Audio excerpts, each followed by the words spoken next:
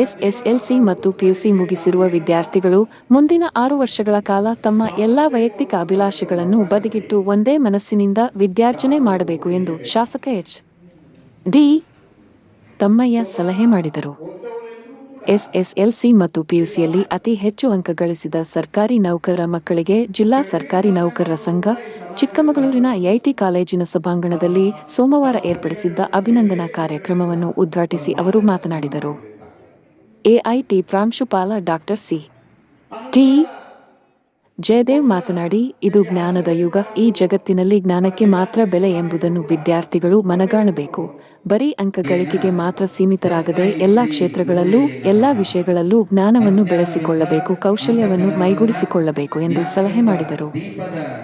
ಜಿಲ್ಲಾ ಸರ್ಕಾರಿ ನೌಕರರ ಸಂಘದ ಅಧ್ಯಕ್ಷ ದೇವೇಂದ್ರ ಮಾತನಾಡಿ, ಕಳೆದ 5 ವರ್ಷದ ಅವಧಿಯಲ್ಲಿ ಸಂಘದಿಂದ ಜಿಲ್ಲೆಯ 1,500ಕ್ಕೂ ಅಧಿಕ ಸರ್ಕಾರಿ ನೌಕರರ ಮಕ್ಕಳಿಗೆ ಪ್ರತಿಭಾ ಪುರಸ್ಕಾರ ಮಾಡಲಾಗಿದೆ. ಜಿಲ್ಲಾ ಸರ್ಕಾರಿ ನೌಕರರ ಸಂಘ ಸಮಾಜಮುಖಿಯಾಗಿ ಕೆಲಸ ಮಾಡುತ್ತಿದೆ ಎಂದು ತಿಳಿಸಿದರು. ಎಸ್ಎಸ್ಎಲ್ಸಿ ಮತ್ತು ಪಿಯುಸಿಯಲ್ಲಿ ಅಧಿಕ ಅಂಕ ಗಳಿಸಿರುವ ಜಿಲ್ಲಾ ಸರ್ಕಾರಿ ನೌಕರರ 244 ವಿದ್ಯಾರ್ಥಿಗಳಿಗೆ ಸಮಾರಂಭದಲ್ಲಿ ಪ್ರತಿಭಾ ಪುರಸ್ಕಾರ ಮಾಡಲಾಯಿತು. ಜಿಲ್ಲಾ ಸರ್ಕಾರಿ ನೌಕರರ ಸಂಘದ ಗೌರವಾಧ್ಯಕ್ಷ ಮಂಜುನಾಥ ಸ್ವಾಮಿ, ಕಾರ್ಯದರ್ಶಿ ಎಸ್. ದರ್ಶನ್, ಉಪಾಧ್ಯಕ್ಷ ಎಚ್. ಆರ್. ಶಿವಕುಮಾರ್, ಖಜಾಂಚಿ ಡಾಕ್ಟರ್ ಜಗದೀಶ್, ರಾಜ್ಯ ಪರಿಷತ್ ಸದಸ್ಯ ಎಸ್. ಟಿ. ಪೂರ್ಣೇಶ್ ಉಪಸ್ಥಿತರಿದ್ದರು. ಈ ಸಂದರ್ಭದಲ್ಲಿ ಹೇಳ್ತಾ ಬಹುಶಃ ಇವತ್ತು ಇಲ್ಲಿ ಎಸ್ಎಸ್ಎಲ್ಸಿ ಮತ್ತೆ ಪಿಯುಸಿನಲ್ಲಿ ಅತಿ ಹೆಚ್ಚು ಅಂಕ ಪಡೆದವರು ಇದ್ದೀರಿ. ಇವತ್ತು ಇಲ್ಲಿ ಪತ್ರಿಕಾ ಸ್ನೇಹಿತರು ಕುಳಿತಿರೋದ್ರಿಂದ ಒಂದು ಮಾತನ್ನು ಈ ಸಂದರ್ಭದಲ್ಲಿ ಹೇಳಲಿಕ್ಕೆ ಬಯಸ್ತಾ ಇದ್ದೇನೆ. ಇವತ್ತು ಏನು ಎಸ್ಎಸ್ಎಲ್ಸಿ ಮತ್ತೆ ಪಿಯುಸಿನಲ್ಲಿ ನೀವು ಉತ್ತಮ ಅಂಕವನ್ನು ಪಡೆದು ಇಲ್ಲಿ ಬಂದು ಕುಳಿತಿದ್ದೀರಿ, ಇದು ನಿಮಗೆ ಮುಕ್ತಾಯ ಅಲ್ಲ. ಇದು ನಿಮ್ಮ ಬದುಕಿನ ಭವಿಷ್ಯದ ಕಡೆ ಹೆಜ್ಜೆ ಇಡೋದಕ್ಕೆ ಇದು ಪ್ರಾರಂಭ ಅಂತ ಹೇಳಲಿಕ್ಕೆ ಬಯಸ್ತೇನೆ. ಪ್ರಾರಂಭ.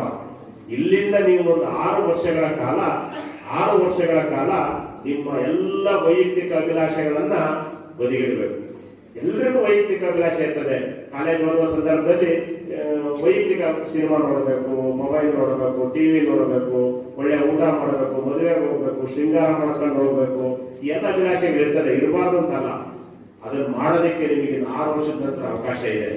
ಈ 6 ವರ್ಷದಲ್ಲಿ ನೀವೇನಾದ್ರು ಆ ರೀತಿ ಆ ಅಭಿಲಾಷೆಗಳು ನಿಮ್ಮ ಸಮಯನ ಕಳೆದ್ರೆ ಮುಂದೆ ನಿಮ್ಮ ಬದುಕಲ್ಲಿ ನಿಮಗೆ ಇವೆಲ್ಲ ಅನ್ಕೊಂಡಿದ್ರಲ್ಲ ಅದನ್ನು ಮಾಡೋದಕ್ಕೆ ಆಗಲ್ಲ.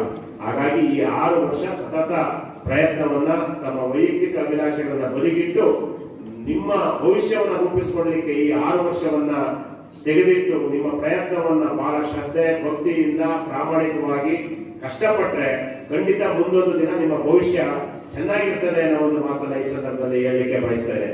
ಈಗ ಹೇಳಿದ್ರು ಒಂದು ಜನ ಕೈ ಎತ್ತಿರ್ಬೋದು ಧೈರ್ಯವಾಗಿ ಸರ್ಕಾರಿ whatever the knowledge you have gained from your textbooks, your syllabus, it is very important to acquire as many skills as possible.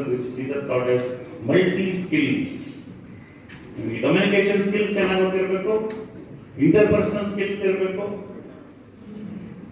Group discussion ಅಲ್ಲಿ ಭಾಗಿಗಳಾಗಿ ಗೊತ್ತಿರಬೇಕು, ಯಾಕೆ ಮಾತಾಡ್ಬೇಕು ಅಂತ ಗೊತ್ತಿರಬೇಕು, ಇಂಗ್ಲಿಷ್ ನಾಲೆಡ್ಜ್ ಇರಬೇಕು, ಸಬ್ಜೆಕ್ಟ್ ನಾಲೆಡ್ಜ್ ಇರಬೇಕು. ಆಸ್ ಮೆನಿ ಸ್ಕಿಲ್ಸ್ ಆಸ್ ಅದಕ್ಕೆ ಅಷ್ಟನ್ನ ಕಲೀಲಿಕ್ಕೆ ನೀವು ಪ್ರಯತ್ನ. ಬರೀ ನಾನು ಯಾವುದೋ ಒಂದು ಸಬ್ಜೆಕ್ಟ್ ಅಲ್ಲಿ ಮಾರ್ಕ್ಸ್ ತಗೊಂಡಿದ್ದೇನೆ ಅಂದ್ರೆ ಇದಾಗೋದಿಲ್ಲ. ನೀವು ಇಂಜಿನಿಯರಿಂಗ್ ಬಂದಾಗ ಗೊತ್ತಾಗುತ್ತೆ. ನೀವು ಫೈನಲ್ ಇಯರ್ ಬರ್ತಾ ಇದ್ದಂಗೆ ಥರ್ಡ್ ಇಯರ್ ಅಲ್ಲಿ ಪ್ಲೇಸ್ಮೆಂಟ್ ಬರ್ತಾ ಇದ್ದಂಗೆ ಹುಡುಗರು 80% ತಗೊಂಡಿರೋರು. ಜಿಲ್ಲಾ ಸರ್ಕಾರಿ ನೌಕರರ ಸಂಘ ಸುಮಾರು 5 ವರ್ಷಗಳಿಂದ, ಈ ವರ್ಷವೇ ಕಡಿಮೆ ಸ್ನೇಹಿತರೆ 244 ವಿದ್ಯಾರ್ಥಿಗಳಿಗೆ ನಾವು ಪುರಸ್ಕಾರ ನೀಡತಕ್ಕಂಥದ್ದು ಈ ವರ್ಷವೇ ಕಡಿಮೆ. ಪ್ರಾರಂಭದಲ್ಲೆಲ್ಲ 350-400ಕ್ಕೂ ಹೆಚ್ಚು ವಿದ್ಯಾರ್ಥಿಗಳಿಗೆ ಪುರಸ್ಕಾರವನ್ನು ಮಾಡ್ತಾ ಬಂದಿದ್ದೀವಿ. ಹಾಗಾಗಿ 5 ವರ್ಷಗಳ ಅವಧಿಯಲ್ಲಿ ಜಿಲ್ಲೆಯ ಸರ್ಕಾರಿ ನೌಕರರ ಮಕ್ಕಳ ಸುಮಾರು 1,500ಕ್ಕೂ ಹೆಚ್ಚು ವಿದ್ಯಾರ್ಥಿಗಳಿಗೆ ಈ ರೀತಿಯ ಪುರಸ್ಕಾರವನ್ನು ಮಾಡಿದ್ದೇವೆ. ಜೊತೆಗೆ ನಾವು ಸಾಮಾಜಿಕವಾಗಿ ಕೂಡ ಕೇವಲ ಸರ್ಕಾರಿ ನೌಕರರ ಸಂಘ ಅನ್ನೋ ಕಾರಣಕ್ಕಾಗಿ ಕೇವಲ ಸರ್ಕಾರಿ ನೌಕರರಿಗೆ ಮಾತ್ರ ಮೀಸಲೆ ಸಂಘ ಅನ್ನೋದಕ್ಕಿಂತ ಅದನ್ನು ದಾಟಿ ಕೂಡ ನಾವು ಅನೇಕ ಕಾರ್ಯಕ್ರಮಗಳನ್ನು ಹಮ್ಮಿಕೊಂಡಿದ್ದೇವೆ. ನಿಮಗೆಲ್ಲ ಗೊತ್ತಿದೆ,